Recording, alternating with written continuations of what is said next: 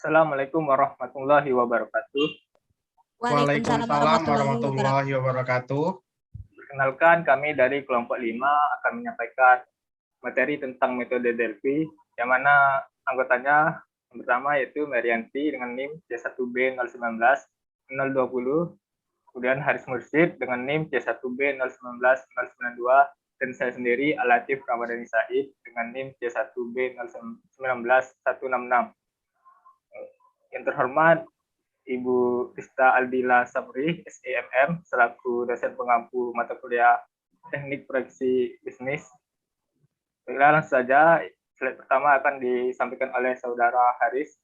Padanya saya persilakan.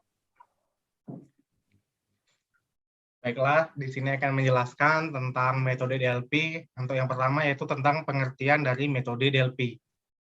Metode DLP adalah metode sistematis dalam mengumpulkan pendapat dari sekelompok pakar melalui serangkaian kuesioner, di mana mekanisme feedback melalui putaran atau round pertanyaan yang diadakan sambil menjaga anonimitas tanggapan responden, menurut Foley 1972.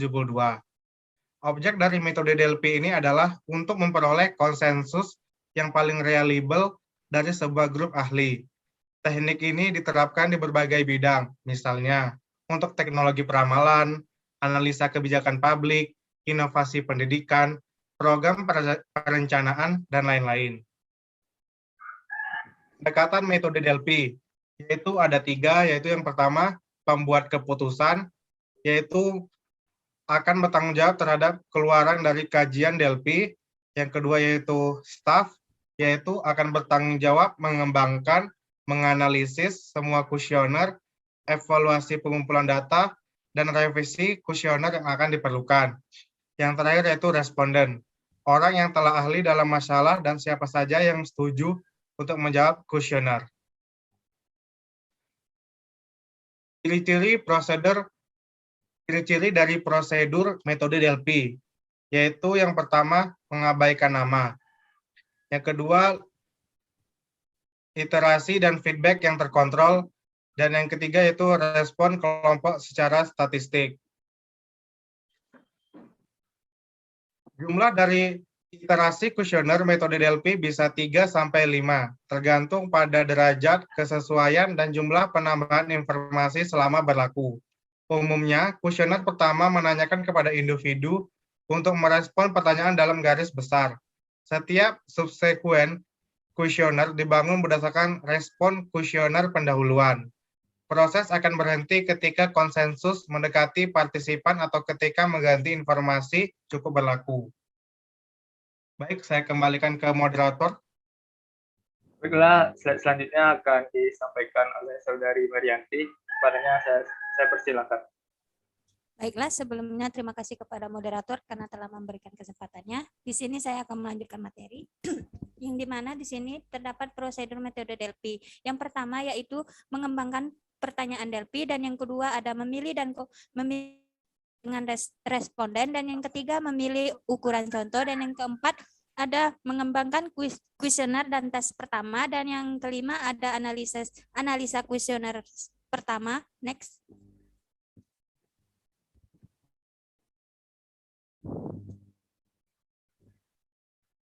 Dan yang selanjutnya yang keenam yaitu ada mengembangkan kuesioner dan tes kedua, dan yang ketujuh ada analisa kuesioner kedua, dan yang mengembangkan kuesioner dan tes ketiga, dan yang ke-9 yaitu ada analisis kuesioner ketiga, dan yang terakhir yaitu menyiapkan laporan akhir. Next. Adapun kelebihan dari DLP ini sendiri terdapat 3, yaitu yang pertama, hasil ini berdasarkan dari para ahli, dan yang kedua, anonimitas dan isolasi memungkinkan kebebasan yang maksimal dari aspek negatif dari sosial, dan yang terakhir yaitu opini yang diungkapkan para ahlinya sangat luas karena dari pendapat masing-masing para ahli. Next. Adapun juga metode Delphi ini, yang mana yang pertama yaitu biayanya yang besar mengundang para ahli, dan yang kedua yaitu hasil berdasarkan anggapan-anggapan atau asumsi ataupun pendapat-pendapat para ahli, dan yang ketiga ada tidak semua hasil sesuai prediksi atau ekspektasi, dan yang terakhir yaitu memakan waktu yang lama. Baiklah, saya kembalikan kepada moderator. Baiklah, slide selanjutnya akan saya sampaikan sendiri, yaitu tentang subbab evaluasi terhadap metode Delphi. Teknik evaluasi metode Delphi merupakan salah satu alat dari teknik evaluasi yang digunakan dalam teknik evaluasi dengan pendekatan keputusan teoritis. Sedangkan teori keputusan teoritis adalah pendekatan yang menggunakan metode-metode deskriptif untuk menghasilkan informasi yang dapat dipertanggungjawabkan dan valid mengenai hasil-hasil kebijakan yang secara eksplisit dinilai oleh berbagai macam pelaku kebijakan. Metode Delphi ini juga mempunyai beberapa kekurangan yang juga harus diperhatikan, yaitu waktu yang akan dihabiskan dalam mengisi kuesioner akan cukup lama.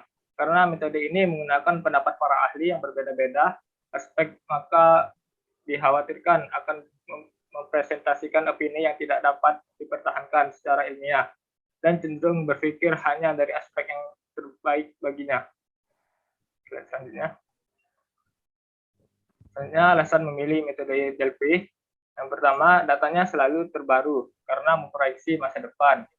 Kemudian dalam menganalisisnya, memiliki banyak waktu sehingga tidak terburu-buru dalam prosesnya. Yang ketiga, rata-rata penggunaan datanya menggunakan kuesioner.